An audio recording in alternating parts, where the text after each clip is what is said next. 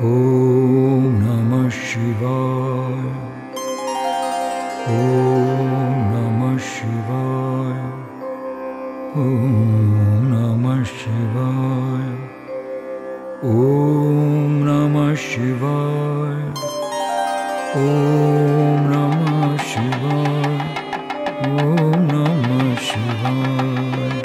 Om Namah Shivaya. Om Namah Shivaya. Om Namah Shivaya. Om Namah Shivaya. Om Namah Shivaya. Om Namah Shivaya. Har Har Bole Namah Shivaya. Har Har Bole Namah Shivaya. Har Har Bole Namah Shivaya. Har Har Bole Namah Shivaya. Om Namah Shivaya.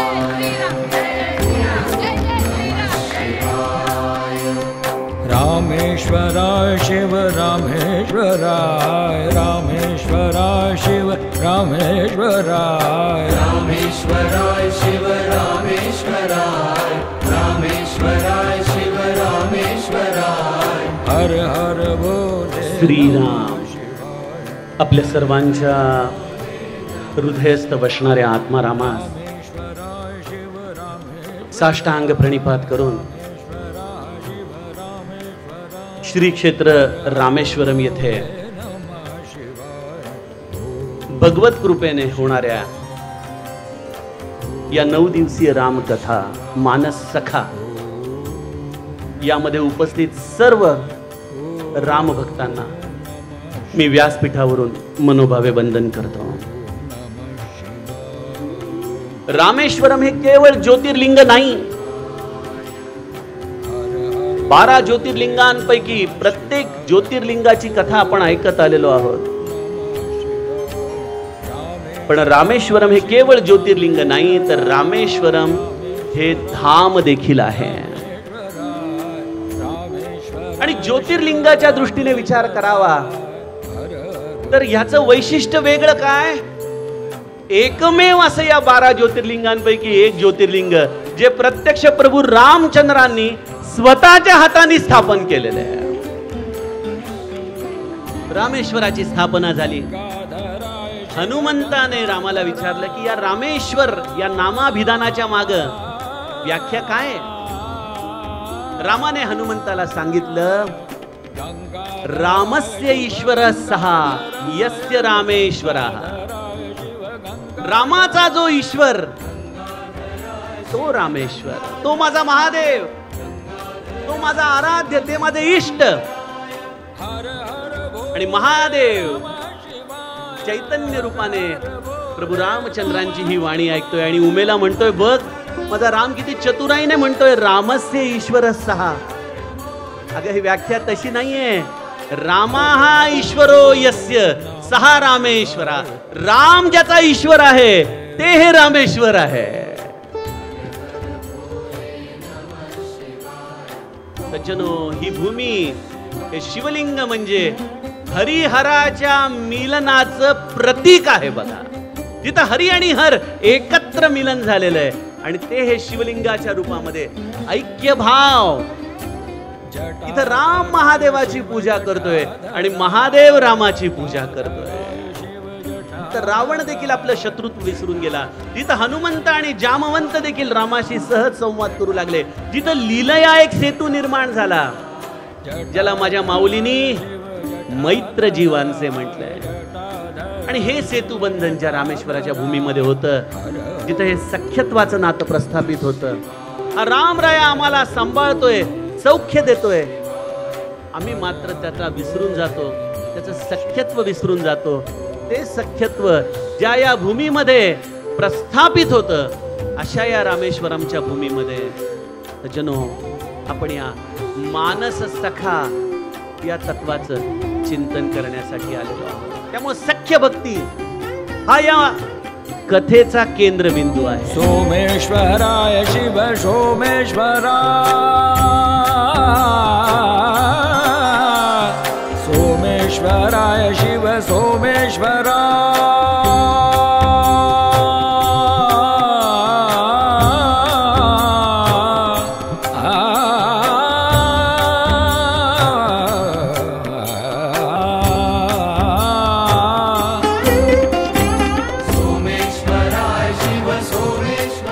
संगीत हे 7 स्वरांमध्ये दडलेले आहे. सारे गम पधनी. आपण सगळेच जण या 7 स्वरांना ऐकत आलेलो आहोत.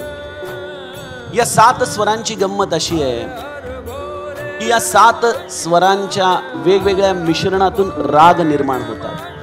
शास्त्रीय संगीतामध्ये या 7 स्वरांच्या चढत्या कमानीला आरोह तर उतरत्या कमानीला अवरोह म्हणतात.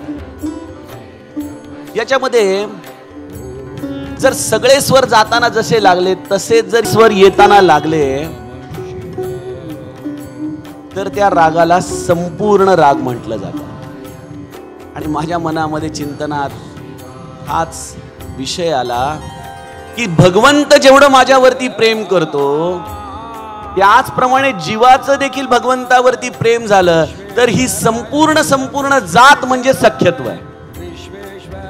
जेव्हा हे दोघांचेही स्वर पूर्ण जुळतात, हे जर वरती जातानाचे जे सख्यत्वाचे 7 नियम आहेत ते जर माझे देखील झाले तर ही सख्याची आणि जीवाची संपूर्ण संगीताची जात तयार होते. 7 स्वरांच्या संपूर्ण रागामधून शास्त्रीय राग तयार होतो. सख्याचे जेव्हा ही 7 स्वर जुळतात त्यावेळेला अनुराग निर्माण होतो. इकडं राग आहे, इकडं अनुराग आहे.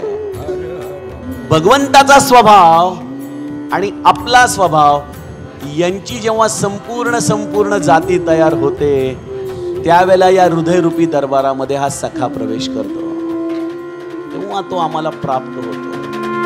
राम राम जय राजा राम, राम राम जय सीताराम. राम राम जय राजा राम, राम राम जय सीताराम. राम राम जय राजा राम, राम राम जय सीताराम.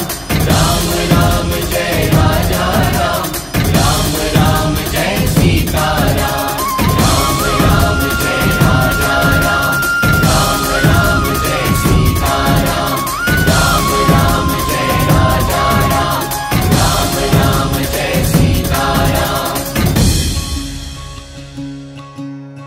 राम राम जय राजा राम, राम राम जय सीताराम. राम राम जय राजा राम, राम राम जय सीताराम. राम राम जय राजा राम, राम राम जय सीताराम. राम राम जय राजा राम, राम राम जय सीताराम. राम राम जय राजा राम, राम राम जय सीताराम. राम राम जय राजा राम, राम राम जय सीताराम. आपण पहिल्या 6 सत्रांमध्ये राम हा जीवाचा सखा आहे. जीव आणि शिव निरंतर एकत्र आहेत, परंतु जीव विषयामध्ये गुंतल्यामुळं त्याला आपल्या सख्याचं विस्मरण झालंय. या एका केंद्रबिंदू मध्ये आपल्या चिंतनाचा धागा घेऊन फिरत होतो. 7, 8, 9 ही 3 सत्र आपण श्रीहरीच आपला का सखा आहे यासाठी प्रभू रामचंद्रांनी जे सुग्रीवाला काही मित्रत्वाचे गुणधर्म सांगितले की जीवनामध्ये केवळ हा सखाच श्रीहरीच्या रूपाने आपल्याला प्राप्त होऊ शकतो. आणि मग 10व्या सत्रापासून त्याने मला स्वीकारलंय, तो माझा सखा आहे, पण मी त्याचा सखा कसा होऊ शकेन, मी त्याच्या सख्यत्वाला पात्र कसा होऊ शकेन, यासाठी काय साधन असेल, असा विचार करून आपण चिंतन धारा सुरू केली. की जर त्याच्याशी आपला स्वभाव जुळला तर आपल्याशी त्याचं सख्यत्व होऊ शकतं. मग रामाचा स्वभाव काय आहे, त्याला काय आवडेल तो स्वभाव प्राप्त करण्यासाठी, तर त्यासाठी आपण रामचरित मानसमध्ये जिथं जिथं संतांनी रामाचा स्वभाव सांगितलेला आहे त्या चौपायात ते केंद्रबिंदू घेतले. उदाहरणार्थ सेवा या तत्वासाठी आपण हनुमंताचं सूत्र घेतलं. तो स्वार्थ रहित सखा सबही के, ही त्याची भूमिका असल्यामुळं जितका माझ्या जीवनात दृश्यामधून सुख मिळवण्याचा स्वार्थ कमी होत जाईल तसा तसा रामाचं सख्यत्व आपल्या जीवनामध्ये प्रगट होईल. त्यामुळे सरलता हे तिसरं रामाचं सख्यत्व प्राप्त करण्याचा केंद्रबिंदू होता. चौथा सूत्र होता स्वीकार. स्वीकार. पाचवं होतं सर्वोच्च मूल्य. आणि काल अरण्यकांड आपण समरसतेच्या रूपाने अभ्यासलं. सातवं सूत्र श्री कृपेने मला असं वाटतं की भगवंताशी सख्य प्राप्त करण्यासाठी शरणागती, शरण शरण हे सातवं सूत्र भगवंताच्या सख्यत्वासाठी अतिशय अनुकूल आहे. आपण शरणागत राहिलो की देवाला तुमच्याशी सख्यत्व करावंच लागतं. हे शरणागतीचं मूळ सूत्र आहे. 9 दिवसाची ही रामकथा सज्जनो आता विरामाच्या दिशेने चाललेली आहे. 7 सोपानांचं हे प्रदीर्घ शास्त्र मी गुरुकृपेने माझ्या मती अनुसार जेवढे प्रसंग घेऊन गाता येतील तेवढे गाण्याचा प्रयत्न केला. त्यातून या रामसख्याचा केंद्रबिंदू आपल्या समोर ठेवण्याचा प्रयत्न केला. पण प्रश्न आहे आपल्या मनाचा. तुलसीदास आपल्या मनाला म्हणतात, अरे मना, ही 9 दिवस कथा ऐकून परमविश्राम मिळाला ना, आनंद झाला ना, तुझे सगळे मोह गेले ना, संदेह गेले ना, आता रामनाम घेशील ना, पुढच्या रामकथेला येशील ना? जरूर या. खूप खूप तुमचं स्वागत आहे सगळ्यांचं.